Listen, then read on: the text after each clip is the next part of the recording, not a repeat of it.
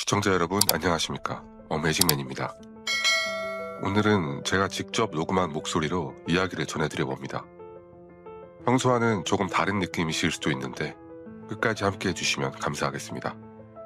오늘 전해드릴 사건은 2007년에 벌어진 인천 남촌동 택시기사 살해 사건입니다. 이야기를 시작하기 전에 구독, 좋아요 한 번씩만 눌러주시면 영상 제작에 큰 힘이 됩니다. 그럼 지금 바로 시작합니다. 폭우가 쏟아지는 새벽 3시, 인천의 한 고가도로 아래 43세의 택시기사가 고가도로 아래 수풀에 버려져 있었습니다. 가슴과 목에는 17개의 칼자국, 한쪽 손목에는 풀다만 끈, 장대비가 그의 피를 희석시키고 있었습니다. 범인들이 그에게서 빼앗은 것은 고작 현금 6만 원이었습니다. 피해자는 1살 된 아들의 아버지였습니다. 폭우에도 새벽까지 택시 운행을 멈추지 못한 이유가 바로 그 아이 때문이었습니다. 범인들은 시신을 수풀에 버리고 택시를 몰아 달아난 뒤 불을 질렀습니다. 그리고 16년이 흘렀습니다. 아이는 아버지의 얼굴도 모른 채 고등학생이 되었고 범인들은 평범한 일상을 살고 있었습니다. 그 긴 침묵을 깨뜨린 것은 범인들이 태우다 남은 종이 한 조각이었습니다. 2007년 6월 30일 토요일 저녁이었습니다. 인천의 하늘은 오후부터 무겁게 내려앉기 시작했습니다. 장마전선이 한반도 중부를 덮으면서 굵은 빗줄기가 도심을 두드렸고 거리의 네온사인은 빗물에 번져 흐릿한 빗무리를 만들어내고 있었습니다. 인천 시내의 한 허름한 식당 앞에서 한 남자가 우산을 접었습니다. 43세의 개인택시 운전기사 이모 씨였습니다. 그는 식당 안으로 들어가 구석자리에 앉았습니다. 오랜 친구 한 명이 먼저 와서 기다리고 있었고 두 사람은 식사를 하며 이런저런 이야기를 나누었습니다. 이모 씨는 그날따라 평소보다 말이 적었습니다. 친구가 이유를 묻자 그는 잠깐 웃고 나서 요즘 늦둥이가 말귀를 알아듣기 시작했다는 이야기를 꺼냈습니다. 돌이 지난 지 얼마 되지 않은 아들이었습니다. 친구는 자식 자랑 시작되면 끝이 없다며 놀렸고 이모 씨는 손사래를 치며 밥그릇을 비웠습니다.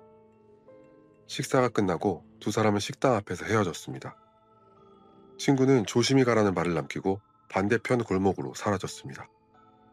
이모 씨는 길가에 세워둔 자신의 택시에 올랐습니다. 핸들을 잡기 전 그는 잠깐 지갑을 꺼내 안쪽을 확인했습니다. 지폐 몇 장이 가지런히 접혀 있었고 뒷주머니에서 휴대전화를 꺼내 시간을 확인했습니다. 저녁 9시가 조금 넘은 시각이었습니다.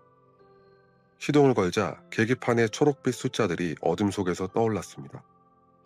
와이퍼가 움직이기 시작했고 앞유리를 때리는 빗줄기는 쉴 새 없이 밀려났다가 다시 덮였습니다. 라디오에서는 심야방송의 진행자가 오늘 밤 수도권 전역에 호우주의보가 내렸다고 알렸습니다. 이모 씨는 라디오 소리를 줄이고 도로로 나섰습니다. 시내를 빠져나와 유흥가 방면으로 차를 돌렸을 때 시각은 밤 10시를 넘기고 있었습니다. 초입에서 첫 손님을 태웠고 손님이 내린 자리에서 또 다른 손님을 태웠습니다. 빗줄기가 더 거세졌고 도로 위로 빗물이 고이기 시작했습니다. 빗줄기가 굵어질수록 거리의 사람들은 손을 들어 택시를 찾았습니다. 그는 1시간 동안 3번을 태우고 내렸습니다. 미터기가 돌아갈 때마다 작은 숫자들이 쌓였지만 그 숫자는 기름값과 차량 할부금을 빼고 나면 집으로 들고 갈 몫이 얼마 되지 않는 적은 돈이었습니다. 밤 10시 30분경 이모 씨의 휴대전화가 울렸습니다. 저녁에 헤어진 친구였습니다. 이모 씨는 신호대기 중에 통화 버튼을 눌렀습니다. 집에 잘 들어갔어? 아니, 아직 운행 중이야. 이 비에? 이제 그만 들어가. 지금 비 와서 손님 많을 것 같아. 유흥가 쪽으로 가고 있어. 그래, 운전 조심해. 무리하지 말고. 그래. 알았어. 이모 씨는 짧게 답하고 전화를 끊었습니다. 그것이 이모 씨가 남긴 마지막 말이었습니다.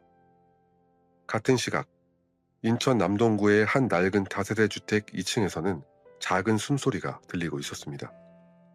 거실에 켜둔 작은 스탠드 불빛 아래 아기 침대가 놓여 있었고 그 안에서 1살 된 아기가 잠들어 있었습니다. 아이는 잠결에 손가락을 꼬물거리며 이불을 끌어당겼습니다. 이모 씨의 아내는 부엌에서 젖병을 씻다가 아이의 소리에 거실로 고개를 돌렸습니다. 남편은 언제쯤 오려나. 벽시계의 초침이 또박또박 움직이는 소리만이 집안을 채우고 있었습니다. 아내는 젖병을 엎어둔 채 거실 소파에 앉아 텔레비전을 틀었습니다. 화면에는 심야 뉴스가 흘러나오고 있었고 앵커는 수도권에 쏟아지는 집중호우 소식을 전하고 있었습니다. 노모는 안방에서 이미 잠들어 있었습니다. 70을 넘긴 나이에 늦둥이 손자는 기쁨이면서도 걱정이었습니다. 아들이 40이 넘어 얻은 아이. 주말이면 새벽까지 핸들을 잡는 아들의 모습이 어머니에게는 애달팠습니다. 그러나 아들은 한 번도 힘들다는 말을 하지 않았습니다. 그저 이 아이를 대학까지 보낼 수 있으면 좋겠다고 언젠가 아내에게 지나가는 말처럼 흘렸을 뿐입니다. 이모 씨는 유흥가 부근에서 손님을 내려주고 잠시 차를 세웠습니다. 창문을 조금 내리자 비와 함께 밤 공기가 밀려들어왔습니다. 유흥가의 취객들이 비를 맞으며 처마 밑으로 모여들었고 어떤 이들은 택시를 찾으며 도로변을 두리번거렸습니다. 그 시각 이모 씨의 집에서 1살짜리 아들은 깊이 잠들어 있었습니다. 아내는 텔레비전을 끄고 아기 침대 옆 작은 의자에 앉았습니다. 남편의 전화를 기다릴까 하다가 그만두었습니다. 운전 중일 때 전화를 받는 걸 남편이 싫어한다는 걸 알았기 때문입니다. 대신 그녀는 아이의 얼굴을 한참 들여다보았습니다. 눈썹이 남편을 꼭 빼닮은 아이였습니다. 벽시계의 초침이 1시를 지나고 2시를 지나고 있었습니다. 빗소리는 조금도 약해지지 않았습니다. 아내는 언젠가부터 눈을 감고 있었지만 잠이 드는 것은 아니었습니다. 남편이 돌아올 시각이 되면 현관문 열리는 소리가 들릴 것이고 아주 조용히 신발을 벗는 소리가 이어질 것이고 안방문을 열지 않은 채 거실 소파에 앉아 숨을 돌릴 것이라는 것을 그녀는 알고 있었습니다. 오랜 세월 함께 살아온 남편의 밤의 습관이었습니다.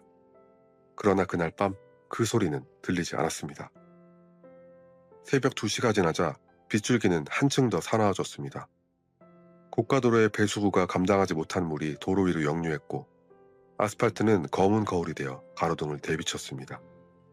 인천의 거리는 비어 있었고 오직 몇 대의 택시만이 전조등을 켠 채 젖은 도로를 미끄러져 갔습니다.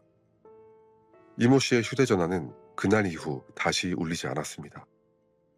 친구가 이상함을 느낀 것은 그 다음 날 오후가 되어서였습니다. 가족이 이모 씨의 실종을 인지한 것은 그보다도 뒤였습니다. 그 사이 이모 씨에게 무슨 일이 있었는지 설명할 수 있는 사람은 2명뿐이었습니다. 그 2명은 그날 새벽 택시 뒷좌석에 조용히 앉아있던 손님이었습니다. 빗속에서 이모 씨의 택시 뒷문이 열렸습니다. 2사람이 나란히 올랐습니다. 한 명은 검은 외투, 한 명은 모자를 눌러 쓴 차림이었습니다. 이모 씨는 백미러로 2사람을 확인했습니다. 평범한 주말 새벽의 취객처럼 보였습니다. 뒤에 앉은 둘 중 한 사람이 행선지를 말했습니다. 이모 씨는 짧게 고개를 끄덕이고 기어를 바꿨습니다. 차는 빗속으로 미끄러져 나갔습니다. 이 2사람은 7년 전인 2000년의 어느 날 오후 인천의 한 구치소 운동장에서 처음으로 마주쳤습니다. 한 남자는 키가 크지 않았고 체격이 다부졌습니다. 구치소 내에서는 말수가 적었고 식당에서도 혼자 앉는 편이었습니다. 이 남자를 한정수라고 부르겠습니다. 가명입니다. 또 다른 한 남자는 한정수보다 조금 더 젊어 보였고 눈빛이 빠르게 움직이는 편이었습니다. 이 남자를 오세진이라 부르겠습니다. 역시 가명입니다. 2사람이 어떤 계기로 친해지고 말을 트게 되었는지 구체적인 기록은 남아있지 않지만 출소 이후에도 2사람의 연락이 끊기지 않았다는 사실만 훗날 수사기관에 의해 확인되었습니다. 구치소의 회색 담벽 아래에서 시작된 조합이 7년 뒤에 도시의 한 고가도로 밑에서 끔찍한 결론을 맺게 된다는 것을 그때는 2사람 중 누구도 알지 못했을 것입니다. 한정수는 경기도 일대에 거주하며 몇 가지 일을 전전했고 그 사이에 중고 승용차 한 대를 장만했습니다.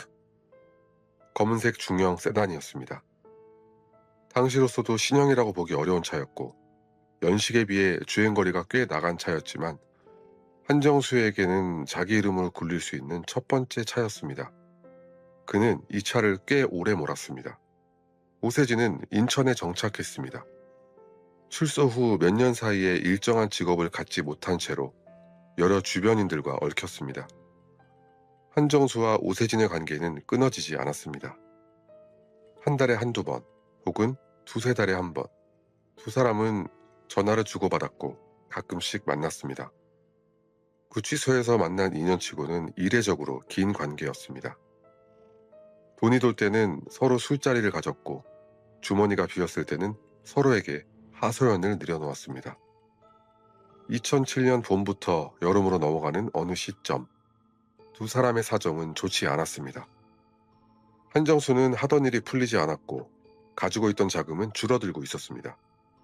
오세진의 형편은 더 나빴습니다. 일정한 수입이 없는 상태가 오래 이어졌고 당장 손에 쥘 수 있는 현금이 절실한 상황이었습니다. 두 사람이 만난 자리에서 오간 대화는 자연스럽게 돈 이야기로 기울었습니다. 훗날 항소심 재판부는 이 시기 두 사람의 상태를 한 문장으로 정리했습니다. 경제적인 빈곤에 처하게 되자 택시 강도를 계획하고 승객을 가장해 택시에 탑승한 후 범행을 저질렀다. 그 한 문장 속에는 몇 달에 걸친 모의가 압축되어 있었습니다. 택시를 노리자는 발상이 누구의 입에서 먼저 나왔는지는 확정되지 않았습니다. 다만 두 사람이 의논을 시작한 시점부터는 움직임이 빨라졌습니다. 주말 새벽 비 오는 날, 인적이 드문 도로변, 운전자가 혼자 있는 차, 이 네 가지 조건이 맞물리는 순간이 표적의 조건이었습니다. 현금을 다루는 직종 중에서 관리가 허술한 대상을 고르는 일은 두 사람에게 그다지 어려운 계산이 아니었습니다. 그리고 그들에게 택시 한 대의 하루치 수입이라는 것은 실제보다 훨씬 크게 부풀려 있었습니다. 범행 도구도 하나씩 준비되었습니다. 흉기가 마련되었고 피해자를 결박할 노란색 끈이 준비되었습니다. 그리고 그 증거를 없애기 위한 불쏘시개도 함께 생각해 두었습니다. 불을 지르기 위해서는 잘 타는 종이가 필요했는데 두 사람은 이 문제를 현장에서 해결하기로 했습니다. 한정수의 승용차 안에도 표적이 될 택시 안에도 종이는 얼마든지 있을 것이라 판단했기 때문입니다. 도주 계획도 세웠습니다. 범행에 사용할 택시는 현장에서 몇 킬로미터 떨어진 곳에 버리고 불태운다. 그 자리 근처에 한정수의 승용차를 미리 대둔다.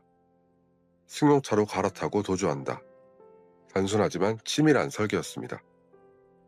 폭우가 쏟아지는 밤이라면 거리에 사람이 없을 것이고 빗줄기가 현장의 흔적을 씻어낼 것이라는 계산까지 더해졌습니다. 비는 그들의 공범이었습니다. 2007년 6월 30일 날씨 예보에 수도권 호우주의비가 떴을 때 두 사람은 움직였습니다. 저녁 시간대에 한정수는 승용차를 몰고 인천으로 들어와 미추홀구 관교동의 한 좁은 골목에 차를 세웠습니다. 주택가 깊이 들어간 골목이었고 관교동의 한 막다른 지점이었습니다.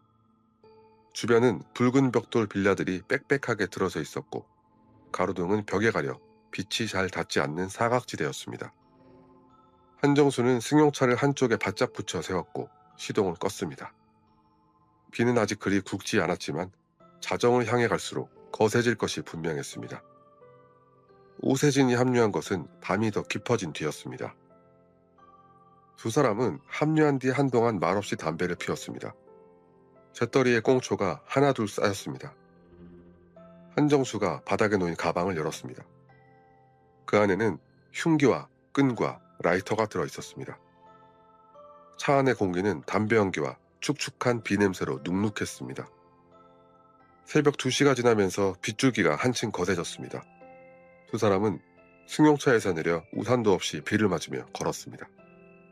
택시를 잡을 수 있는 도로변까지는 멀지 않았습니다. 두 사람은 나란히 서지 않고 거리를 두고 걸었습니다. 도로변에 닿았을 때 두 사람은 잠시 눈빛만 주고받고 다시 한번 자세를 가다듬었습니다. 평범한 주말의 취객, 비에 젖어 집으로 돌아가려는 두 남자, 그 모습이면 충분했습니다. 도로 위에 한 택시가 들어오고 있었습니다. 비에 젖은 아스팔트 위로 전도등 불빛이 번졌고 와이퍼가 유리창 너머에서 분주하게 움직이고 있었습니다. 두 사람 중 한 명이 손을 들었습니다. 택시가 서서히 속도를 줄였습니다. 운전석에 앉은 남자는 뒷좌석을 한번 돌아보고는 문을 열어주었습니다. 두 사람은 말없이 올라탔습니다. 차 안에서는 라디오가 낮게 흘러나오고 있었고 계기판의 초록빛 숫자는 변함없이 빛나고 있었습니다. 운전석의 택시기사는 백미러로 두 사람을 한 번 더 확인한 뒤 행선지를 물었습니다. 뒷좌석의 한 사람이 아무렇지 않은 말투로 방향을 알려주었습니다. 남동 고가 쪽이었습니다. 운전석의 남자는 짧게 고개를 끄덕이고 핸들을 돌렸습니다. 택시는 남동구 방면으로 속도를 내기 시작했습니다. 도로 위에는 다른 차가 거의 보이지 않았고 신호등은 그 다음 교차로에서 노란빛으로 전멸하고 있었습니다. 뒷좌석의 두 남자는 아무 말이 없었습니다. 그들이 손에 쥐고 있는 것이 무엇인지 앞좌석의 운전기사는 알지 못했습니다. 이모 씨는 운전대를 잡은 손에 평소보다 조금 더 힘을 주었습니다. 붉은 비에 도로 위 시야가 좋지 않았기 때문입니다. 그는 뒷좌석의 손님들을 백미러로 한 번 더 힐끗 보았습니다. 두 사람 모두 얌전히 앉아 있었습니다. 한 명은 창밖을 보고 있었고 한 명은 고개를 숙이고 있었습니다. 택시는 빗속을 가르며 남동고가 방향으로 향했습니다. 미터기의 숫자가 조금씩 올라갔습니다. 이모 씨는 그날 새벽 그 두 사람을 태운 것이 마지막 운행이 되리라고는 생각하지 못했습니다. 그의 지갑에는 그날 밤 운행하며 벌어들인 현금 6만 원이 들어있었습니다. 그것이 오늘 하루치 수입의 전부였습니다. 택시는 제2경인고속도로 남동고가 방면으로 접어들고 있었습니다. 새벽 3시를 향해 가는 시각이었고 왕복 8차선의 도로 위에는 이모 씨의 택시 말고는 지나가는 차가 거의 보이지 않았습니다. 고가 아래 구간은 주변에 화해농가 서너 곳을 빼고는 건물이라고 할 것이 없었습니다. 남동경찰서까지의 거리는 1km가 채 되지 않았지만 퍼붓는 빗줄기 속에서 고가 밑의 도로변은 완전히 고립된 사각지대였습니다. 콘크리트 기둥 사이로 가로등 불빛이 빗줄기에 부딪혀 흩어졌고 고가 상판에서 떨어지는 빗물이 아래쪽 아스팔트를 치는 소리가 둔탁하게 울렸습니다. 뒷좌석에서 한 사람이 입을 열었습니다. 기사님, 잠깐 여기서 세워주세요. 이모 씨는 고개를 돌렸습니다. 정류장도 건물도 없는 도로변이었습니다. 여기요? 여기는 아무것도 없는데? 화장실이 급해서요. 아무렇지 않은 말투였습니다. 이모 씨는 방향 지시등을 넣고 속도를 줄였습니다. 택시는 고가 및 도로변에 서서히 멈춰섰습니다. 와이퍼는 여전히 움직이고 있었고 미터기의 초록빛 숫자는 정지된 채 빛나고 있었습니다. 멈추자마자 뒷좌석에서 움직임이 있었습니다. 이모 씨가 요금을 말하기 위해 뒤를 돌아보려는 찰나였습니다. 한 남자의 팔이 운전석과 조수석 사이로 뻗어나왔고 손끝에는 흉기가 쥐어 있었습니다. 날의 끝이 이모 씨의 옆구리에 닿았습니다. 금속의 차가운 감촉이 셔츠를 뚫고 전해졌습니다. 이모 씨는 순간 숨을 멈추었습니다. 백미러로 보이던 2명의 손님, 평범한 주말, 새벽의 추격처럼 보였던 사람들, 그들이 지금 그의 몸에 칼을 대고 있었습니다. 다른 한 사람이 뒷좌석에서 내려 운전석 쪽으로 돌아왔습니다. 창문을 두드리며 말했습니다. 문 열어. 이모 씨가 문을 열자마자 남자는 운전석 옆에서 이모 씨의 한쪽 손목을 잡아당겼습니다. 뒷좌석의 남자도 나머지 한 손을 잡았습니다. 노란색 끈이 두 손목에 감겼습니다. 끈은 빠르고 거칠게 조여졌습니다. 가만히 있어, 움직이면 죽어. 이모 씨는 몸을 비틀었지만 두 남자의 힘을 한꺼번에 상대할 수는 없었습니다. 손목이 끈에 묶이는 동안 그의 머릿속에서는 집에서 자고 있을 1살짜리 아들의 얼굴이 스쳤을 것입니다. 두 남자는 이모 씨를 뒷좌석으로 옮겼습니다. 한 명이 이모 씨의 몸을 눌렀고 한 명이 주머니를 뒤졌습니다. 지갑이 나왔습니다. 그 안에 들어있던 지폐가 전부 빠져나왔습니다. 6만 원이었습니다. 뒷주머니에서 휴대전화가 나왔고 휴대전화는 좌석 바닥에 던져졌습니다. 차 안에서는 비가 유리창을 두드리는 소리와 이모 씨의 거친 숨소리, 그리고 두 남자가 빠르게 숨을 뱉는 소리만이 뒤섞이고 있었습니다. 그런데 그 순간 이모 씨의 몸이 움직였습니다. 두 손이 묶여 있었지만 매듭이 완전히 단단하지는 않았던 모양입니다. 아니면 결박이 끝나고 나서 누군가의 손이 잠시 떨어진 사이였는지도 모릅니다. 이모 씨는 오른손을 비틀었고 끈이 조금 느슨해졌습니다. 그는 있는 힘을 다해 손을 빼냈습니다. 한쪽 손목에는 여전히 끈이 감긴 채였지만 다른 한쪽은 풀렸습니다. 그는 뒷좌석 문을 향해 몸을 던졌습니다. 손잡이를 잡은 손끝이 끊기는 듯했고 문이 열렸습니다. 비가 차 안으로 쏟아져 들어왔습니다. 이모 씨는 빗속으로 뛰어내렸습니다. 폭우 속 아스팔트 위로 내디뎌진 그의 두 발은 살기 위해 달렸습니다. 젖은 신발은 노면을 거칠게 밟고 미끄러졌습니다. 고가 기둥의 어둠 사이로 그가 달려나갔습니다. 셔츠는 이미 흠뻑 젖어 있었고 한쪽 손목에는 노란 끈이 길게 끌려 다녔습니다. 가로등 불빛이 빗줄기에 번지며 그의 그림자를 길게 늘렸습니다. 두 남자가 곧바로 그를 뒤쫓았습니다. 뒷좌석에서 뛰어내린 두 그림자가 빗속에서 이모 씨의 등을 향해 달렸습니다. 거리는 멀지 않았습니다. 주변에 그의 비명을 들어줄 사람은 아무도 없었습니다. 쏟아지는 빗줄기가 모든 것을 삼켰습니다. 잠시 뒤 두 남자는 이모 씨를 붙잡았습니다. 한정수와 오세진은 이모 씨의 가슴과 목덜미를 찔렀습니다. 한 번이 아니었습니다. 수사기관이 부검감정서를 통해 확인한 자상의 숫자는 17군데였습니다. 가슴, 목, 어깨에 걸친 17군데의 칼자국이었습니다. 한 사람이 저항하는 피해자를 누르는 동안 다른 한 사람이 흉기를 휘둘렀습니다.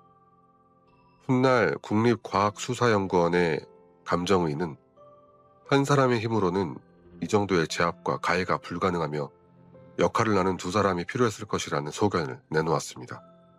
고가 기둥 아래 빗줄기가 기둥을 타고 흘러내리며 아스팔트의 빗물 고임에 동심원을 그렸습니다. 그 동심원 옆으로 이모 씨의 몸이 서서히 쓰러졌습니다. 마지막에 사용된 것은 끈이었습니다. 손목을 결박하는 데 사용했던 노란 끈이 이번에는 목에 감겼습니다. 두 남자 중 한 명이 양쪽 끝을 잡아당겼습니다. 이모 씨의 저항은 이미 많이 약해진 뒤였습니다. 빗물이 그의 얼굴을 적셨습니다. 눈은 고가 상판 쪽을 향해 있었지만 콘크리트 구조물 너머의 하늘은 아무것도 보여주지 않았습니다. 검은 장막 같은 밤하늘에서 빗줄기만이 쉬지 않고 떨어져 내리고 있었습니다. 같은 시각 집에서는 남편의 기척 없이 시간만 흐르고 있었습니다. 한정수와 오세진은 이모 씨의 시신을 고가 기둥 옆 수풀 쪽으로 옮겼습니다. 풀과 빗물에 파묻히듯 누인 뒤 주변을 한번 훑어보았습니다. 목격자는 없었습니다. CCTV도 이 구간엔 닿지 않았습니다. 두 남자는 택시로 돌아갔습니다. 문은 이모 씨가 열어둔 그대로 비를 맞고 있었고 뒷좌석에는 이모 씨의 휴대전화가 그대로 놓여 있었습니다. 택시 안의 라디오는 여전히 작게 흘러나오고 있었고 계기판의 초록빛 숫자는 제자리에 멈춘 채 빛나고 있었습니다. 한 사람이 운전석에 앉았습니다. 와이퍼는 계속 움직였습니다. 이모 씨의 택시는 방금 전까지 주인이 운전하던 그 택시 그대로, 그러나 주인은 없는 채로 빗속을 가르며 도로로 미끄러져 나갔습니다. 목적지는 관교동. 몇 킬로미터 떨어진 곳에 미리 세워둔 검은색 승용차가 있는 좁은 골목이었습니다. 폭우 속으로 택시의 꼬리등 두 개가 붉게 흔들리며 멀어져 갔습니다. 남동 고가에서 관교동까지는 약 2.8km, 차로 10분이 걸리지 않는 거리였습니다. 운전석에 앉은 남자는 속도를 지키며 조심스럽게 차를 몰았습니다. 폭우가 쏟아지는 새벽, 경찰을 만나고 싶지 않았기 때문입니다. 뒷좌석에 앉은 다른 한 명은 바닥에 떨어진 이모 씨의 휴대전화를 집어들었습니다. 전원이 켜져 있었습니다. 그는 전원 버튼을 길게 눌러 휴대폰의 전원을 껐습니다. 와이퍼가 일정한 간격으로 앞유리를 훑어냈습니다.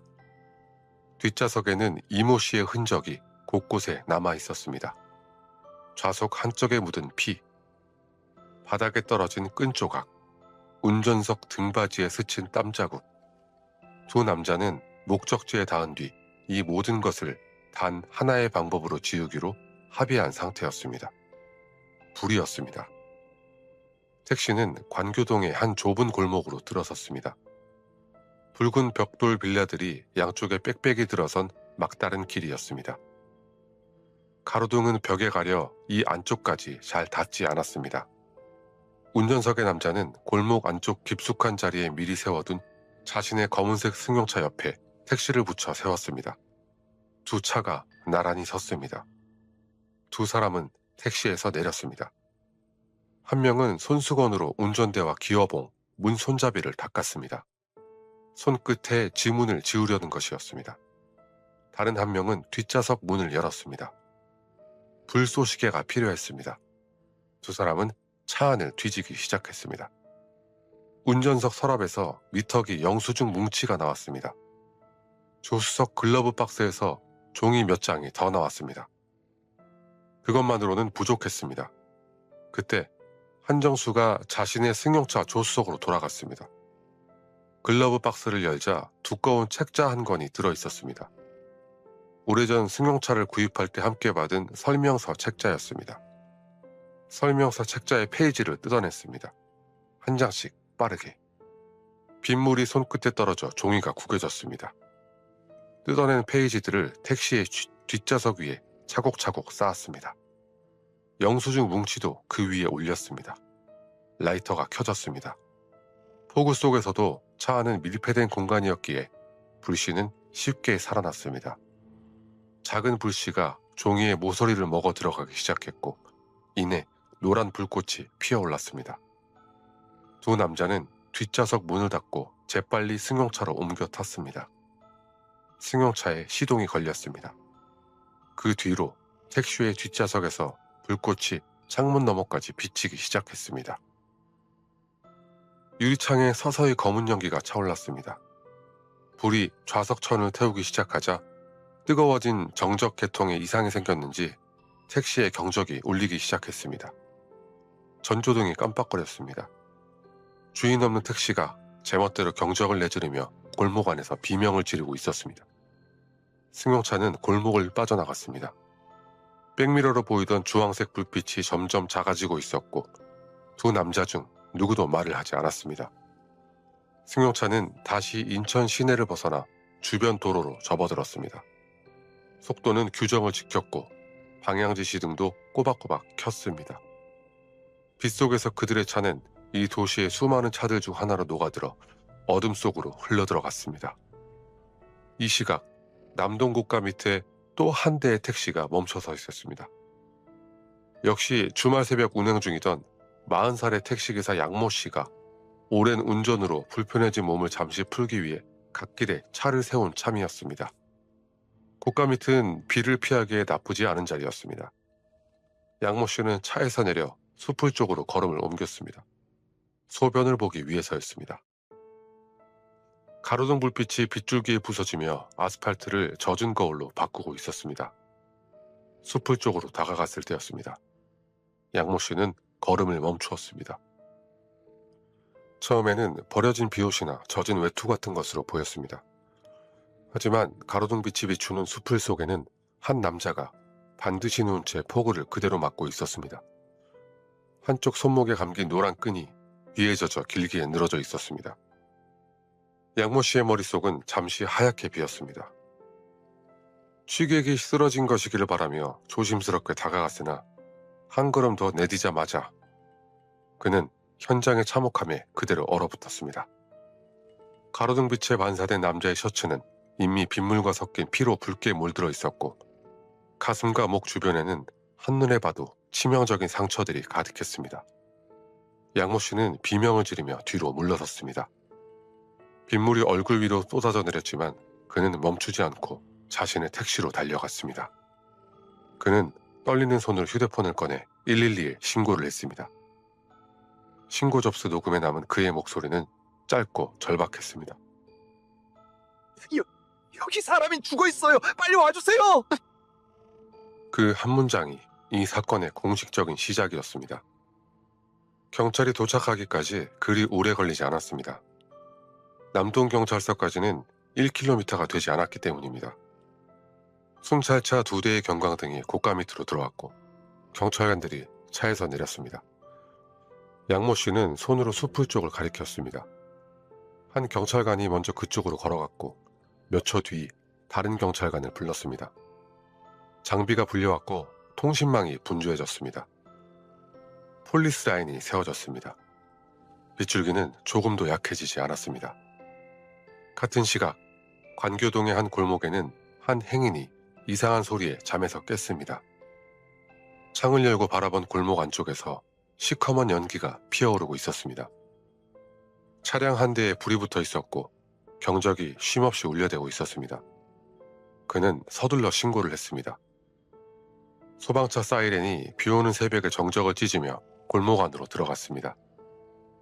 시간은 4시 10분경이었습니다. 소방관들이 불을 잡았을 때 택시의 뒷좌석은 거의 전소된 상태였습니다. 선장과 뒷좌석, 내장재는 새까맣게 녹아내렸고 앞좌석까지 그 흐름이 번져 있었습니다. 그러나 밀폐된 차 안에서 일어난 불이었기에 바깥으로 크게 번지지는 않았습니다. 그리고 바로 그 점이 훗날 수사기관의 결정적인 의미를 가지게 됩니다. 불은 증거를 완전히 태우지 못했습니다. 신고를 받고 출동한 다른 형사들이 현장에 도착했습니다.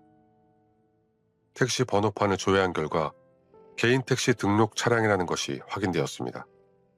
차주의 이름이 나왔습니다. 이모 씨. 거주지와 연락처도 떴습니다. 형사들은 잠시 멈칫했습니다. 같은 새벽 남동고가 밑에서 사망한 채 발견된 신원 미상의 남자와 관교동 골목에서 불에 타고 있는 이 택시의 차주, 그 두 점을 잇는 선이 빠르게 그어졌습니다. 형사들이 다시 남동고가 현장으로 돌아왔을 때 시신의 주머니 속에서 나온 신분증은 택시 차주와 일치했습니다. 이모 씨였습니다. 지갑 속에는 동전 1개도 남아있지 않았습니다. 그런데 운전석 쪽 깊숙이 끼워두었던 잔돈용 1,000원짜리 뭉치만은 범인들이 발견하지 못한 채 그대로 남아있었습니다. 범인들은 지갑만 노리고 나머지는 놓치고 간 것이었습니다. 남동고가 밑의 빗줄기는 여전히 멈추지 않았습니다. 현장 감식반이 도착했고 고가 기둥 주변 수풀에서 담배꽁초 몇 개와 노란 끈 한 조각이 수거되었습니다. 이모 씨의 것이 아닌 혈흔 3점이 현장에서 확인되었습니다. 혈액형은 B형이었습니다. 그 핏방울 3점이 이 사건의 유일한 물리적 지문이었습니다. 그러나 그 피해 주인의 이름을 알아내기까지는 아직 오랜 시간이 필요했습니다. 포그는 지금 이 순간에도 나머지 모든 것을 씻어내리고 있었습니다. 형사들은 현장 앞에 섰습니다. 그들 앞에 남은 것은 끈 1줄, 담배꽁초 몇 개, 핏방울 3점, 그리고 불에 탄 택시 1대뿐이었습니다. 범인의 얼굴도 이름도 아무것도 없었습니다.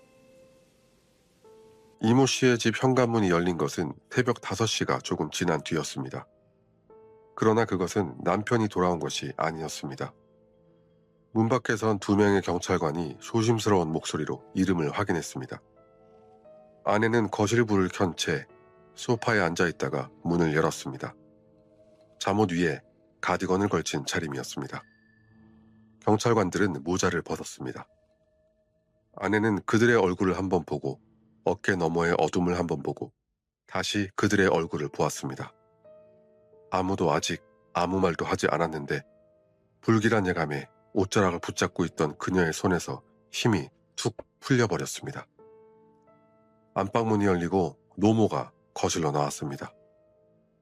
이른이 넘은 노모는 자다가 깨어 무슨 일인가 싶어 방문 앞에 멈춰 섰고 평소처럼 아들의 이름부터 불렀습니다. 하지만 아들의 대답 대신 돌아온 건 낯선 경찰들의 무거운 침묵뿐이었습니다. 경찰관 한 명이 한 걸음 앞으로 나서며 입을 열었습니다. 아기 침대 안에서 1살짜리 아들은 아직 잠들어 있었습니다. 세상이 막 무너지려는 순간에도 그 아이의 숨소리만큼은 고르게 들려오고 있었습니다. 장례식의 입관이 이루어진 것은 사흘 뒤였습니다. 아내는 조문객들 앞에서 거의 말을 하지 않았습니다. 어떤 사람들은 그녀의 손을 잡으며 기운내라고 말했고, 어떤 사람들은 아이를 봐서라도 버텨야 한다고 했습니다. 아이는 그 모든 조문의 인사말들을 이해하지 못한 채 검은 옷을 입은 사람들 사이를 아장아장 걸어 다녔습니다. 가끔 누가 안아 올리면 익숙한 얼굴이 아니어서 울음을 터뜨리곤 했습니다. 그럴 때마다 노모가 아이를 받아 안으로 데려갔습니다. 영정 속 아이의 사진은 늦둥이가 태어난 기쁨에 가족 사진을 찍던 몇 달 전의 얼굴이었습니다. 장례가 끝나고 집으로 돌아온 첫날, 식탁에는 4사람이 앉을 자리에서 한 자리가 비어 있었습니다. 아내는 그 자리에 수저를 놓아야 할지 잠시 망설이다가 결국 놓지 않았습니다. 노모는 상위에 놓인 국그릇을 한참 들여다보다 일어나 안방으로 들어갔고 문을 닫고 한참 동안 나오지 않았습니다. 아이는 자신의 유아용 의자에 앉아 숟가락으로 식탁을 두드렸습니다. 아빠를 찾는 것 같은 동작이었지만 이제 그 소리에 대답할 사람이 이 집에는 없었습니다. 해가 몇 번 바뀌었고 아이는 말을 배웠습니다. 어린이집에서 아빠에 관한 그림을 그려오는 날이 있었습니다.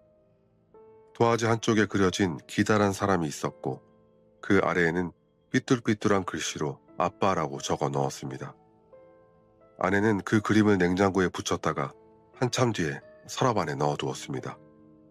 노모는 시간이 지날수록 말수가 줄어들었습니다. 가끔 손자가 놀다가 소파에 몸을 기대고 잠들면 아이의 얼굴을 한참 들여다보며 작은 소리로 중얼거리며 손자의 얼굴에서 아들의 모습을 찾곤 했을 것입니다. 이모 씨의 형도 그 시간을 함께 견뎠습니다. 동생의 장례식에서 마지막으로 울음을 쏟은 뒤 그는 제 감정을 누르고 살아야 했습니다. 늙어가는 어머니와 홀로 남은 재수 씨, 조카를 돌보는 일이 자신에게 떨어진 몫이라고 여겼기 때문입니다. 그러나 한 해가 저물고 또 한 해가 오면서 그의 가슴 한구석에는 한 가지 질문이 눌러앉았습니다. 그 새벽에 대체 누가 내 동생을 저렇게 죽였는가? 그 질문을 안고 그는 담당 경찰서에 찾아가 몇 번이나 문을 두드렸습니다.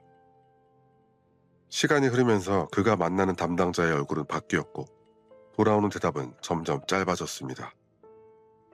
조카가 초등학교에 입학하던 날, 이모 씨의 형은 현관에서 책가방을 메고 나서는 아이의 뒷모습을 오래 바라보았습니다.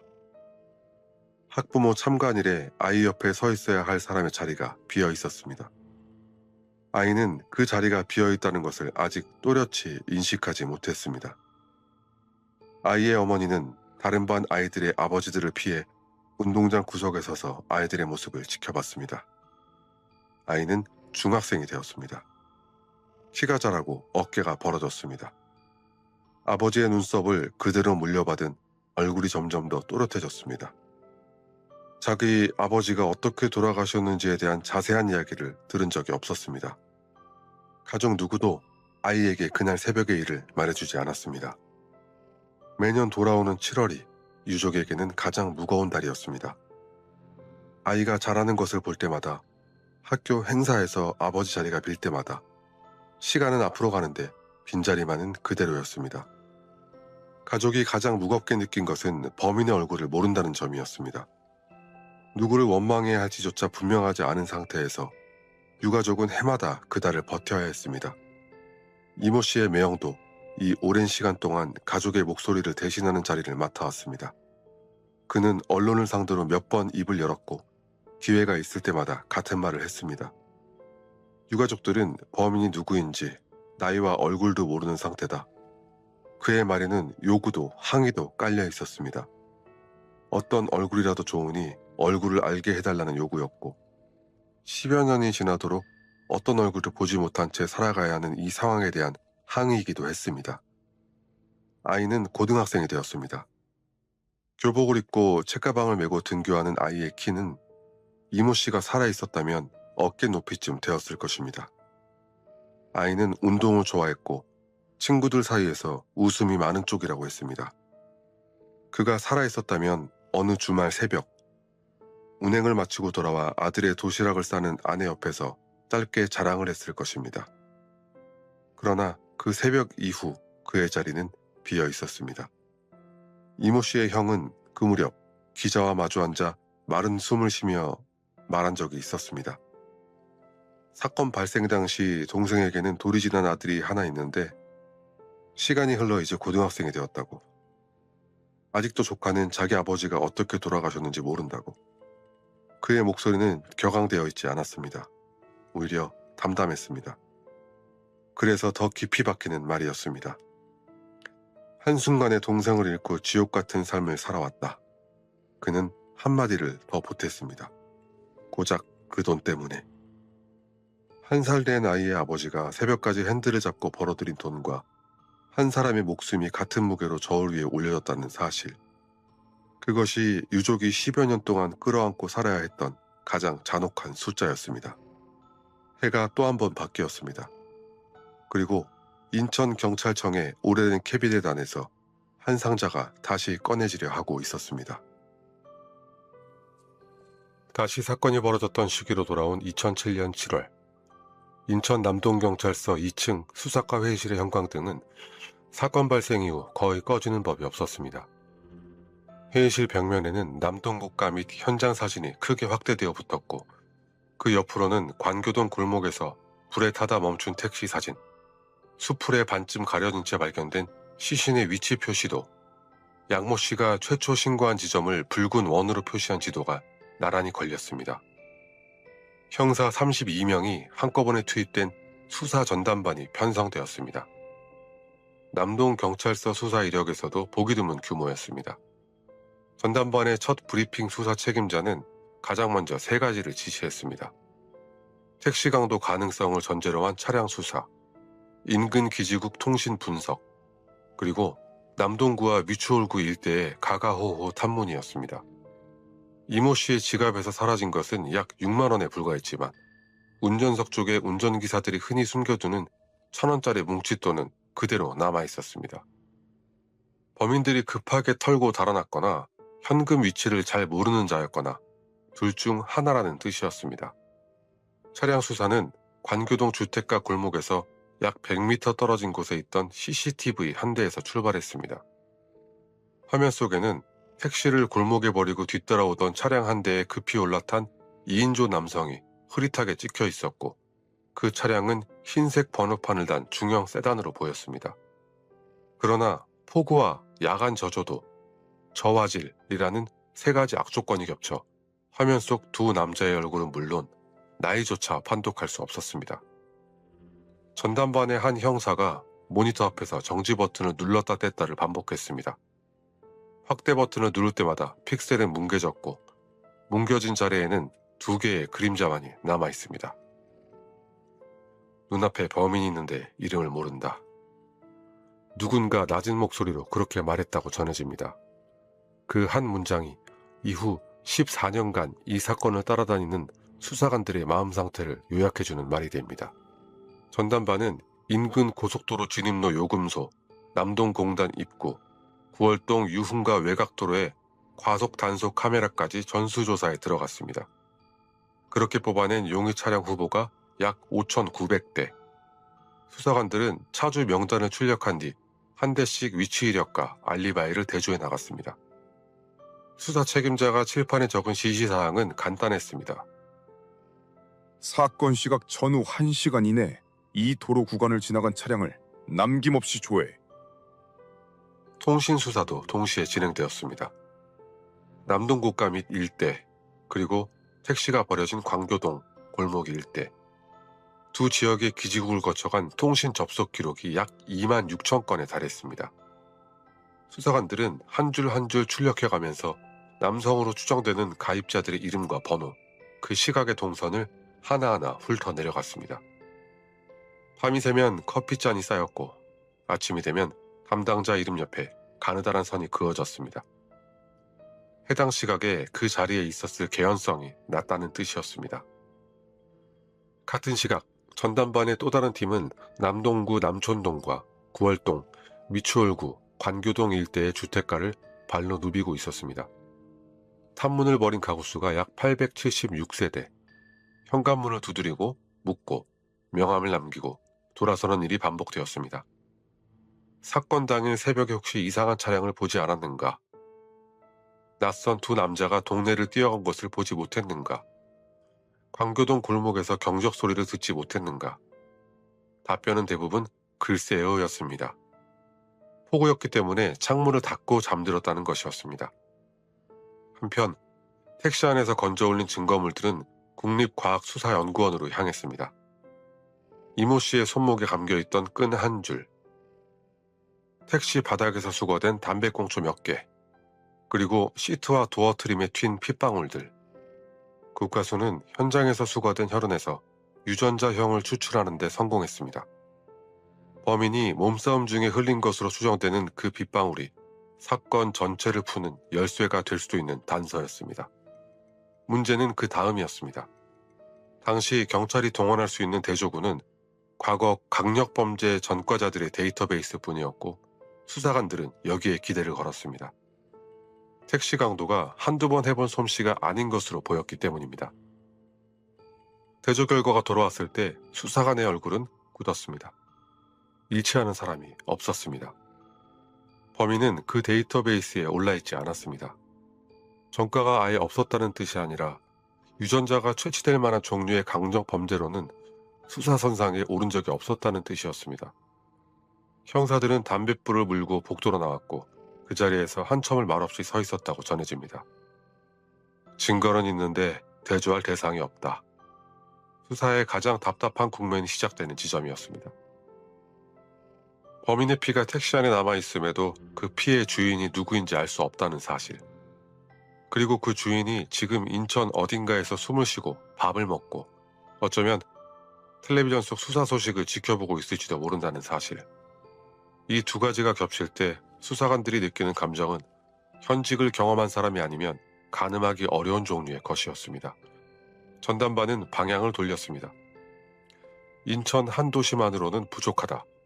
전국에 흩어진 유사 택시 강도 사건들과 연결고리를 찾아보자. 당시 전국 경찰서에 공조협조 요청이 내려갔고 최근 3년간 발생한 새벽 시간대 택시 강도 사건의 수법과 이 사건의 수법이 비교되었습니다. 17차례의 자상, 끈을 이용한 결박, 차량 방화, 2인조 공모, 그리고 현금 6만 원 강탈. 이 조합은 흔하지 않았습니다. 아니, 거의 유례가 없었습니다. 어느 지역의 사건과도 깔끔하게 들어맞는 연결고리가 나오지 않았습니다.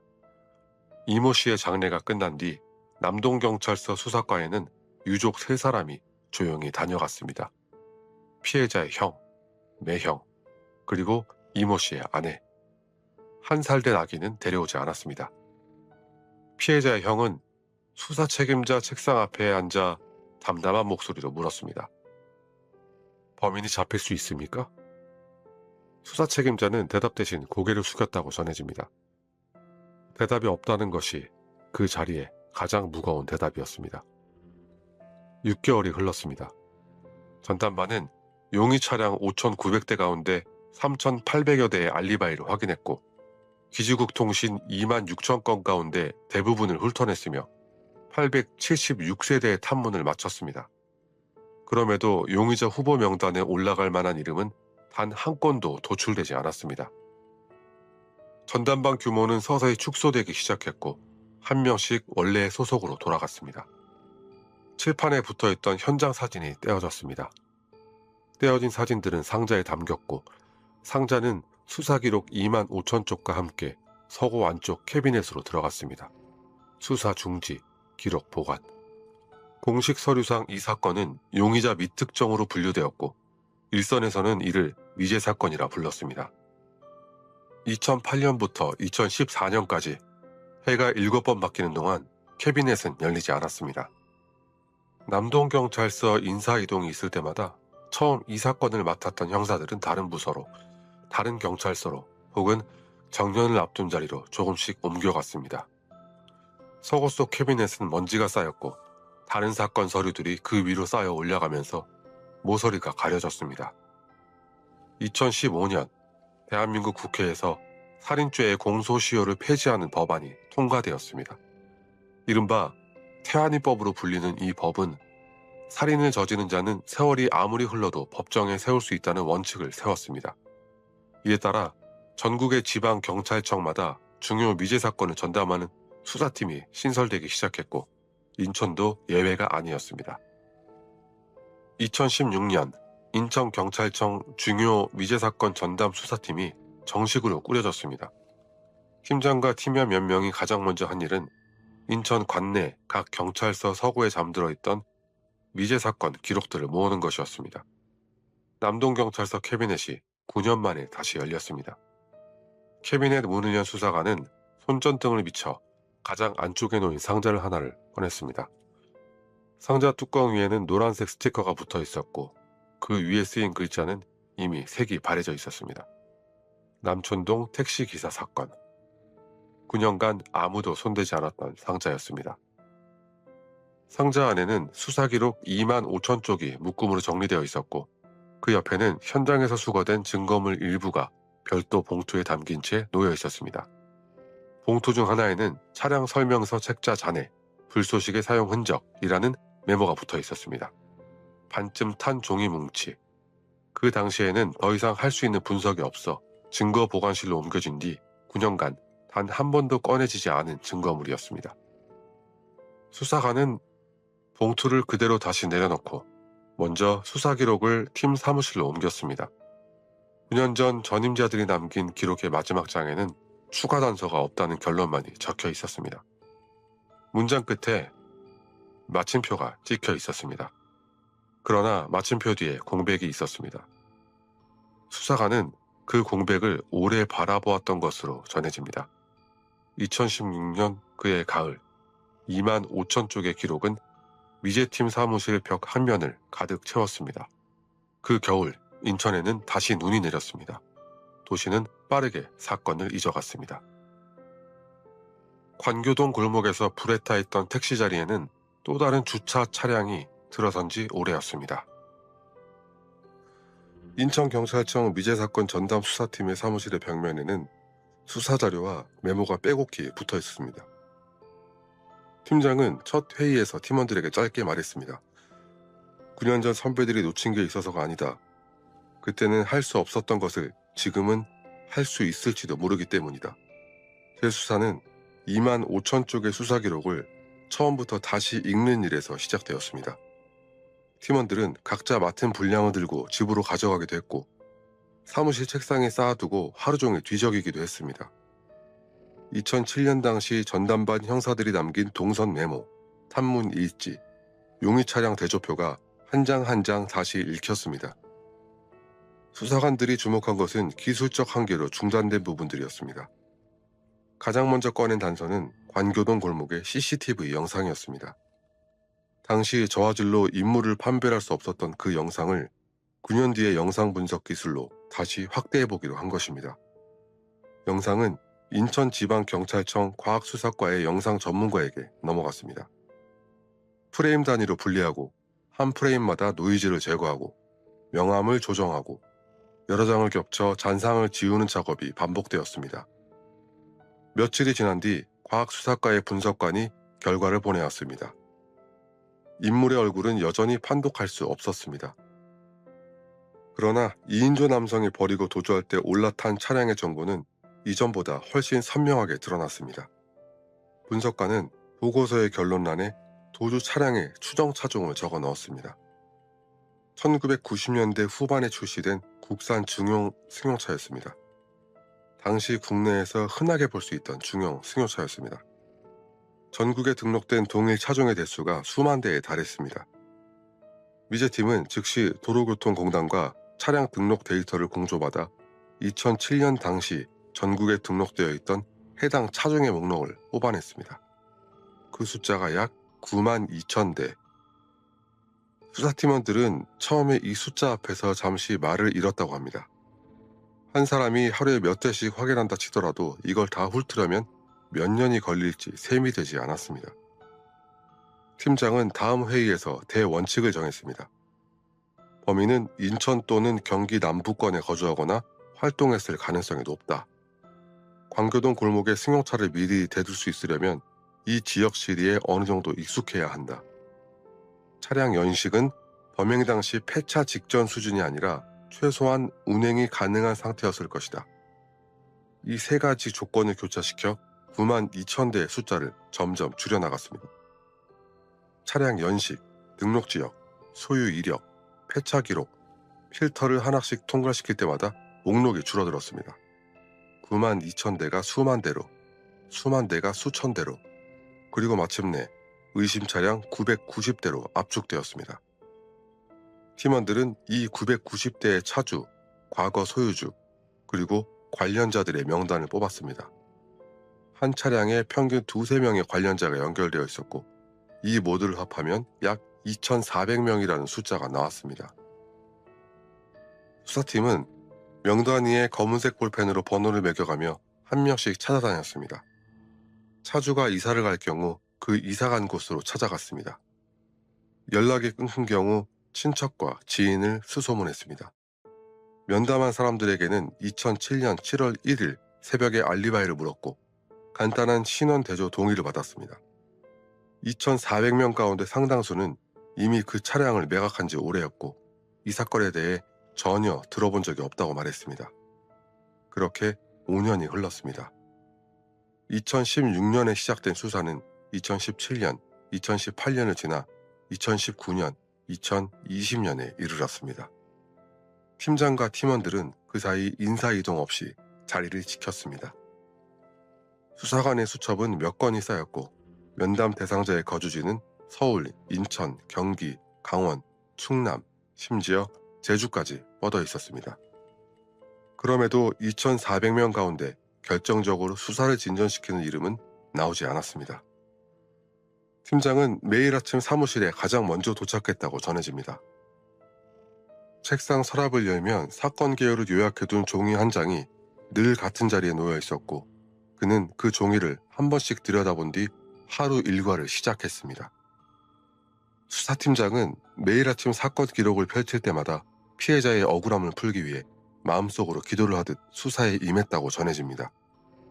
2021년 여름, 팀원 한 명이 증거물 보관실로 향했습니다. 해당 차종 990대의 후속 작업을 이어가는 와중에도 팀 내부에서는 또 하나의 숙제가 늘 걸려 있었습니다. 2007년 당시 택시 뒷좌석에서 수거되었지만 그때의 기술로는 더 이상 분석할 수 없어 밀봉된 채 잠들어 있던 증거물들. 그 가운데 가장 눈에 띄는 것은 범인이 방화 시 불쏘시개로 사용한 승용차 설명서 책자의 잔해였습니다. 팀원은 흰 장갑을 낀 채 봉투를 열었습니다. 14년이 지난 종이 뭉치에는 아주 희미하게 매캐한 냄새가 났습니다. 가장자리는 갈색으로 그을렸고 일부 페이지는 가루처럼 부서져 있었으며 어떤 페이지는 반쯤 타다 멈춘 채 페이지 번호만 간신히 읽을 수 있었습니다. 범인이 불을 붙였을 때 손으로 쥐었을 모서리, 불꽃이 닿기 직전에 멈춘 안쪽 면. 만약 이 종이에 지문이 남아있다면 타다 남은 바로 그 경계에 남아있을 가능성이 높았습니다. 2007년 당시에도 이 종이에 대해 지문 검출을 시도한 기록이 남아있었습니다. 그러나 그때의 지문 검출 시약은 열에 노출된 종이, 특히 반쯤 탄 종이 표면에서 미세 지문을 끌어올리는데 한계가 있었습니다. 수사관들은 결과를 얻지 못한 채 봉투를 다시 봉인했고 당시 기술로는 분석이 불가능해 봉인된 채 9년이 지났습니다. 2021년 9월 미제팀은 이 증거물을 국립과학수사연구원에 정식으로 의뢰했습니다. 의뢰서에는 짧은 한 줄이 덧붙여져 있었습니다. 그을린 종이 표면에서의 미세 지문 검출 가능성 재검토 요망. 국가수 감정관은 최근 몇 년 사이 도입된 신종 시약과 고해상도 광학 장비를 사용했습니다. 열에 노출된 종이 표면에 남은 피지 성분, 땀에 섞여 있던 미세한 아미노산 성분까지도 반응시킬 수 있는 시약이었습니다. 불에 그을려 탄소가 눌러붙은 종이 위에 시약이 조심스럽게 뿌려졌고 감정관은 특수 광원을 이용해 표면을 훑어나갔습니다. 현미경 렌즈 아래에서 그을린 종이 한 모서리가 서서히 빛을 반사하기 시작했습니다. 검게 탄 바탕 위로 아주 희미한 선 몇 가닥이 떠올랐습니다. 처음에는 불규칙한 얼룩처럼 보였지만 배율을 올리자 곡선의 패턴이 분명해졌습니다. 평행하게 이어지는 융선이 한쪽으로 휘어지며 소용돌이 모양을 그리고 있었습니다. 지문이었습니다. 정확히 말하면 완전한 한 손가락의 지문은 아니었습니다.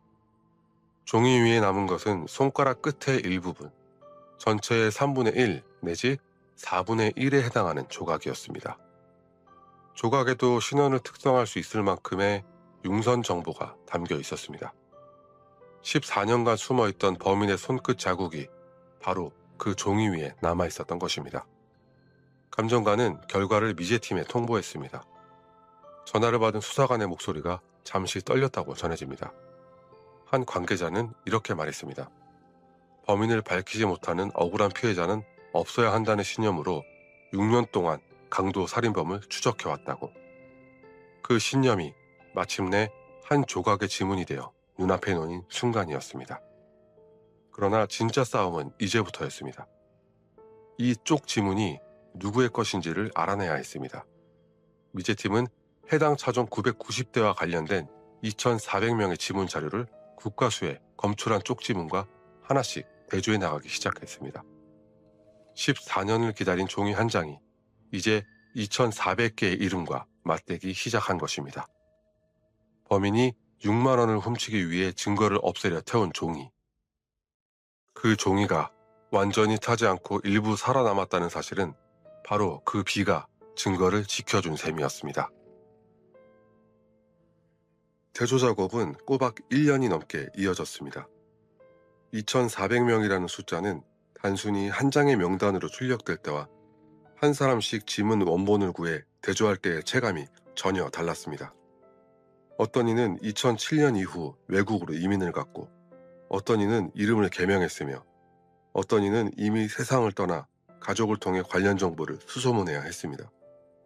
수사팀은 지방자치단체, 건강보험공단, 통신사, 심지어 옛 동네 통장에게까지 연결고리를 만들어가며 한 사람 한 사람의 지문 자료를 확보해 나갔습니다. 2022년 10월 18일 인천경찰청 미제팀 사무실에서 한 수사관이 모니터 앞에 앉아 있었습니다. 화면에는 2개의 지문 이미지가 나란히 떠 있었습니다. 왼쪽은 국가수가 차량 설명서 잔해에서 추출한 쪽 지문, 오른쪽은 대조 대상자 중 한 명의 지문 원본 자료였습니다. 수사관은 손가락 끝을 가볍게 깨물며 두 이미지를 번갈아 살폈습니다. 화면 위에서 융선의 곡률과 분기점이 하나하나 겹쳐지기 시작했습니다. 일치했습니다. 쪽지문의 주인은 2007년 당시 해당 승용차를 소유했던 한 남성, 경기도 거주, 회사원. 당시 나이 20대 후반에서 30대 초반. 이 사건 이후로는 강력 범죄 관련 수사선상에 단 한 번도 올랐던 적이 없는 인물이었습니다. 수사관은 즉시 팀장실로 향했고, 팀장은 화면을 한참 들여다본 뒤 자리에서 일어섰다고 전해집니다. 16년을 기다린 이름 하나가 마침내 화면에 떠 있었습니다. 그가 바로 한정수였습니다. 미제팀은 이후 2달에 걸쳐 한정수에 대한 주변 수사를 진행했습니다. 곧바로 체포하지 않은 것은 사건의 무게에 걸맞은 정황 증거를 보강하고 공범의 존재 가능성을 열어두기 위해서였습니다. 한정수의 거주지 주변, 직장 동료, 금융거래 내역, 통신 기록이 조용히 추적되었습니다. 16년이 지난 지금 한정수는 인천이 아닌 경기도 한 도시에 정착해 살고 있었고 평범한 회사원의 삶을 꾸리고 있었습니다. 이웃들은 그를 조용한 사람이라고 기억했습니다. 2023년 1월 5일 경기도 소재 한정수의 주거지 앞에 이른 아침부터 형사 몇 명이 조용히 자리를 잡았습니다. 한정수의 집 창문에 불이 들어온 것은 오전 7시쯤이었습니다. 출근 준비를 위해 움직이는 인기척이 유리창 너머로 희미하게 보였습니다. 형사 중 한 명이 현관문 앞으로 걸음을 옮겨 초인종을 눌렀습니다. 인터폰 너머로 남자의 목소리가 들렸습니다. 형사는 짧게 경찰 신분을 밝혔습니다. 잠시 정적이 흘렀고 현관문이 천천히 열렸습니다. 문틈 사이로 얼굴을 내민 남자는 신발도 신지 못한 채 맨발이었습니다. 수갑이 그의 손목에 채워졌습니다. 평범한 아침의 한복판에서 16년 만에 검거가 이루어졌습니다. 한정수는 인천 남동경찰서로 호송되었습니다. 취조실에 앉힌 수사관이 가장 먼저 꺼낸 것은 차량 설명서 잔해 사진과 그 위에서 검출된 쪽 지문 이미지였습니다. 수사관은 짧게 물었습니다. 기억나는 것이 있습니까? 한정수는 고개를 천천히 저었습니다. 기억이 나지 않는다. 그 한마디가 취조실에서 한정수가 반복적으로 내놓은 대답이었습니다. 당시 자신이 소유했던 승용차에 대해서도, 그리고 차량 설명서 책자에 자기 지문이 남아있는 이유에 대해서도 한정수의 대답은 단조로웠습니다. 기억이 나지 않는다. 전혀 모르는 일이다. 그러나 과학수사는 한정수의 기억을 요구하지 않았습니다. 수사팀은 체포 즉시 한정수의 유전자를 채취해 국가수에 감정 의뢰를 넣었고, 감정 결과가 돌아왔을 때 2007년 당시 택시 내부에서 검출된 혈흔의 유전자형이 한정수의 것과 일치했습니다. 16년 전 새벽, 남동국가 및 도로변에서 피해자와 몸싸움을 벌이며 흘린 그 피가 지금 취조실 책상 건너편에 앉아있는 이 남자의 몸에서 나온 피라는 뜻이었습니다. 수사팀은 다음 단계로 넘어갔습니다. 한정수의 주변 관계, 특히 2007년 이전에 맺어진 인간관계를 집중적으로 들여다보았습니다. 한정수의 통신 기록을 거슬러 올라가자 사건 당시를 전후한 시점에 자주 통화한 번호들이 추려졌고, 그 가운데 한 번호가 한정수와 같은 시기에 수감되었던 한 남성의 것임이 확인되었습니다. 두 사람이 구치소에서 만난 사이라는 사실이 각자의 수감 이력을 통해 뒷받침되었습니다. 바로 오세진이었습니다. 인천 거주. 당시 한정수와 비슷한 나이. 경찰은 오세진에 대해서도 통신, 금융, 주변인 탐문을 병행하며 조심스럽게 접근해 나갔습니다. 오세진이 한정수의 체포 소식을 어느 시점에 알았는지는 분명하지 않습니다. 다만 수사팀이 움직이는 사이에 도주를 막기 위해 2023년 2월 28일 새벽 오세진의 거처에 대한 긴급 체포가 단행되었습니다. 오세진이 압송된 뒤 취조실의 풍경은 한 달 전과 전혀 달랐습니다. 한정수가 친묵과 부인으로 일관했다면 오세진의 입은 비교적 이른 시점에 열리기 시작했습니다. 수사관은 한정수에게 제시했던 증거들을 같은 순서로 내려놓았습니다. 오세진은 자료를 한 장씩 들여다보았고 마침내 고개를 숙였습니다. 그리고 16년 동안 누구에게도 하지 않았던 말을 꺼내기 시작했습니다. 경제적으로 어려워 돈을 빼앗으려고 한정수와 함께 범행했다. 피해자가 저항한 데다 경찰에 신고할 것 같아 살해했다. 취조실에 녹음기 빨간 불빛이 깜빡이는 동안 오세진은 당시 범행 경위를 정리된 문장으로 진술했습니다. 구치소에서 한정수를 만나 친구가 된 일, 2007년 당시 두 사람이 경제적으로 몰려 있었던 사정, 택시 강도를 함께 계획하게 된 과정. 다만 살해 과정에서 자신의 역할에 관해서는 오세진 역시 일정한 선을 그었습니다. 자신은 택시 안에서 기다렸다는 취지의 주장이었습니다. 한정수는 여전히 부인했고 오세진은 일부를 인정하되 핵심 부분에서는 책임을 축소했습니다. 쪽 지문이 있었고 유전자 일치가 있었고 승용차 소유 이력이 있었고 구치소에서의 인연이 확인되었고 오세진의 자백이 있었습니다. 2023년 3월 7일 인천경찰청은 검거 사실을 공식 발표했습니다. 발표장에 선 수사팀 관계자는 카메라 앞에서 검거 경위를 발표했습니다. 수사 기록은 이미 2만 5천 쪽을 넘어서 있었습니다. 9년을 잠들어있던 기록이 6년간의 재수사 끝에 마침내 두 개의 이름을 붙들어낸 순간이었습니다. 이틀 뒤인 3월 9일 한정수가 검찰로 송치되었습니다. 모자를 깊게 눌러쓰고 마스크로 얼굴을 가린 채 경찰차에서 내린 한정수에게 취재진의 카메라가 몰려들었습니다. 한정수는 앞으로 몇 걸음 걷다가 고개를 아주 살짝 숙였습니다. 그리고 입을 열었습니다. 죄송합니다. 16년 만에 처음으로 한정수의 입에서 나온 그 사죄의 말이 마이크에 담겼고 한정수는 곧바로 호송 요원들에 의해 건물 안으로 사라졌습니다. 2023년 4월 21일 인천지방법원 324호 법정.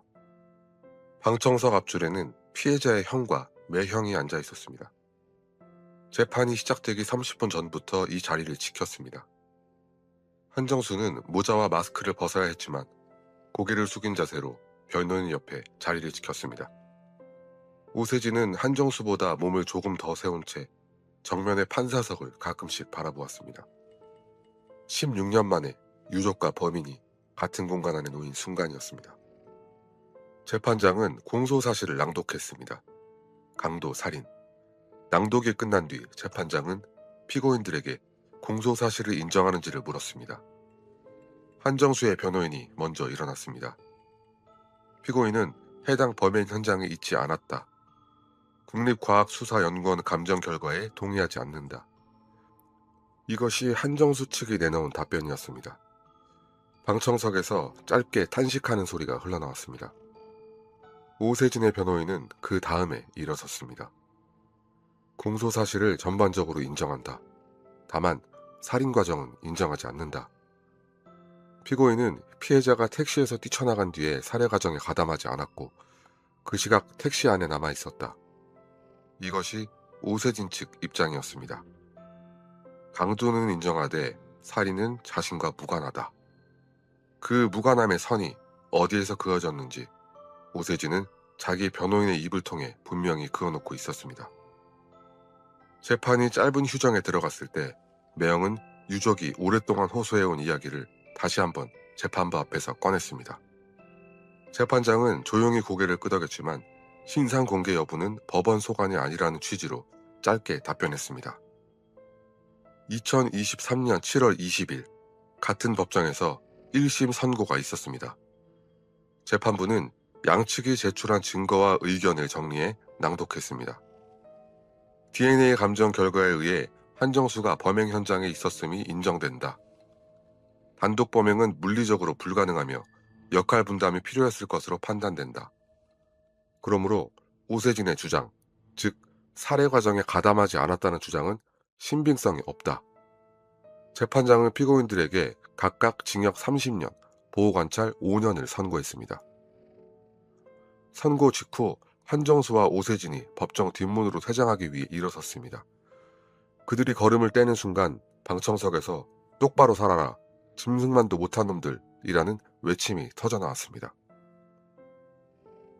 피해자의 형이 법정 바깥 복도에서 기자들에게 말했습니다. 그의 말은 지난 몇 년간 되풀이해온 것과 같았습니다. 조카가 고등학생이 됐는데 아직도 모른다는 것, 지옥 같은 삶이었다는 것.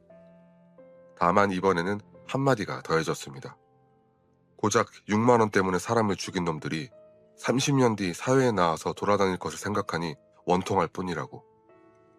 검찰은 즉시 양형 부당을 이유로 항소했습니다.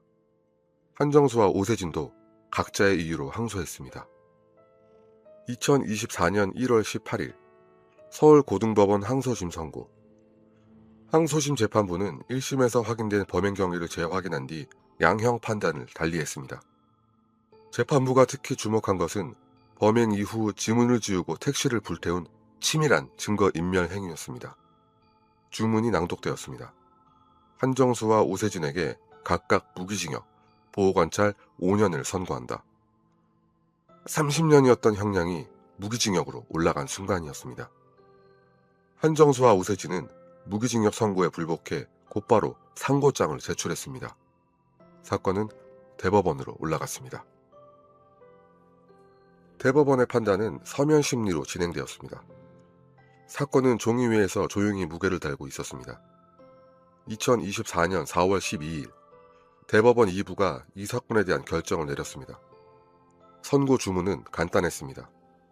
한정수와 오세진의 상고를 모두 기각한다는 판결을 내렸습니다. 대법원은 항소심 재판부가 증거를 평가하는 과정에 관련 법리를 오해한 잘못이 없다고 판단했습니다. 무기징역은 확정되었습니다. 2007년 7월 1일 새벽의 1시간이 17년을 지나 마침내 법적 결론을 맞이한 순간이었습니다.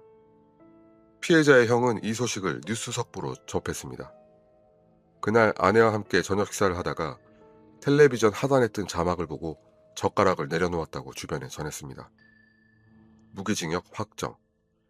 짧은 6글자가 화면 한 줄을 채우고 지나갔고 앵커의 목소리는 다른 뉴스로 넘어갔습니다. 피해자의 형은 식탁 앞에서 한참 동안 말이 없었습니다. 주먹을 쥐었다 폈다가 다시 숟가락을 들었다가 내려놓았다가 할 뿐이었습니다. 같은 날 피해자의 아들은 학교에서 평범한 하루를 보냈습니다. 수업을 듣고 친구들과 점심을 먹고 교문을 나와 집으로 돌아갔습니다. 17년 전 새벽 고가도로 밑에서 자기 아버지에게 무슨 일이 벌어졌는지, 그 아버지가 어떻게 세상을 떠났는지는 가족 누구도 아직 그에게 말하지 않았습니다.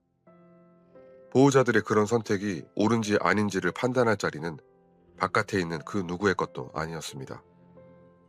항소심 재판부가 판결문에 남긴 문장이 있었습니다. 피해는 전혀 회복된 바 없다. 이 문장은 판결문 안에 남았지만 판결문 바깥에서도 그대로 효력을 가지고 있었습니다. 법이 피해가 전혀 회복되지 않았음을 인정한 순간 남은 문제는 그 회복되지 않은 피해를 가족이 매일 어떻게 감당해내는가 하는 것이었습니다. 그 감당의 몫은 법정 밖으로 돌아온 유족 한 사람 한 사람의 일상 속에 남았습니다. 한정수와 우세진은 교도소로 돌아갔습니다. 수사팀 관계자는 짧은 입장을 남겼습니다. 세상에 잊히는 사건은 없다. 수사를 포기하면 우리가 공범이다. 남은 미제 사건도 범인을 잡을 때까지 수사하겠다고. 16년 전 캐비넷에 쌓여있던 2만 5천 쪽의 기록이 이제 법정 판결문 앞에 나란히 놓이게 된 순간이었습니다. 2024년 봄이 지나고 있었습니다. 남동 고가 및 도로변에는 여전히 차들이 지나다녔고 하회농가 비닐하우스는 17년 전 그 자리에 그대로 서 있었습니다. 관교동 골목은 몇 차례 재개발 이야기가 돌았지만 붉은 벽돌 빌라 몇 동은 변함없이 남아 있었습니다. 고가 기둥 아래의 수풀은 계절마다 자라고 시들기를 반복했고 그 자리에 한때 한 남자가 쓰러져 있었다는 사실을 기억하는 사람은 시간이 지날수록 점점 줄어들었습니다. 그러나 매월 7월이 되면 인천에는 다시 장맛비가 내립니다. 빗줄기가 창문을 두드리는 소리, 우산 위로 떨어지는 둔탁한 반향.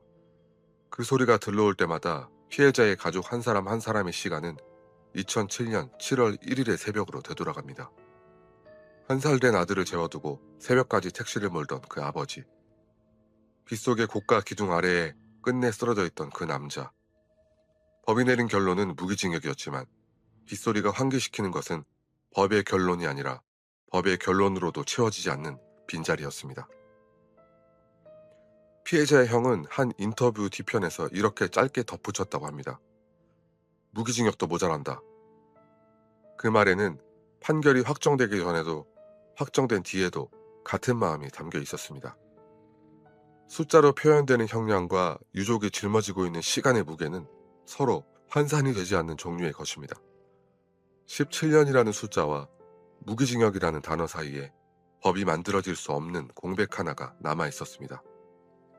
법은 결론을 내렸습니다. 대법원의 판결문 끝에는 마침표가 찍혔습니다. 그러나 유족에게는 마침표가 없습니다. 매년 돌아오는 7월 1일, 비가 내리는 그 새벽 시간대에 한 가족의 달력은 다시 2007년으로 넘어갑니다. 그리고 2008년으로, 2009년으로 매해 쌓여온 슬픔의 층위를 지나 다시 현재로 돌아옵니다. 이것이 법이 해결하지 못하는 종류의 것입니다. 우리는 종종 범죄자가 남기는 흔적에 대해 이야기합니다. 지문, 머리카락, 땀, 발자국. 수사의 현장에서 찾아내는 그런 흔적들이 있고 과학이 발전하면서 그 범위는 점점 더 넓어져 왔습니다. 그러나 이 사건이 우리에게 남긴 물음은 조금 다른 종류의 것입니다. 범죄자는 자신이 흘린 흔적을 없애려 했습니다. 그는 자신이 들고 있던 한 장의 종이가 타다 멈춘 채 빗물에 젖어 오랫동안 증거물 보관실에 남아있게 될 줄 몰랐을 겁니다. 그리고 그 종이 위에 자기 손끝 자국이 남아있을 줄은 더더욱 몰랐을 것입니다. 잊혀지는 사건은 없습니다. 아직 잡히지 않은 범인만이 있을 뿐입니다. 끝까지 시청해주셔서 감사합니다. 지금까지 어메이징 미스터리였습니다.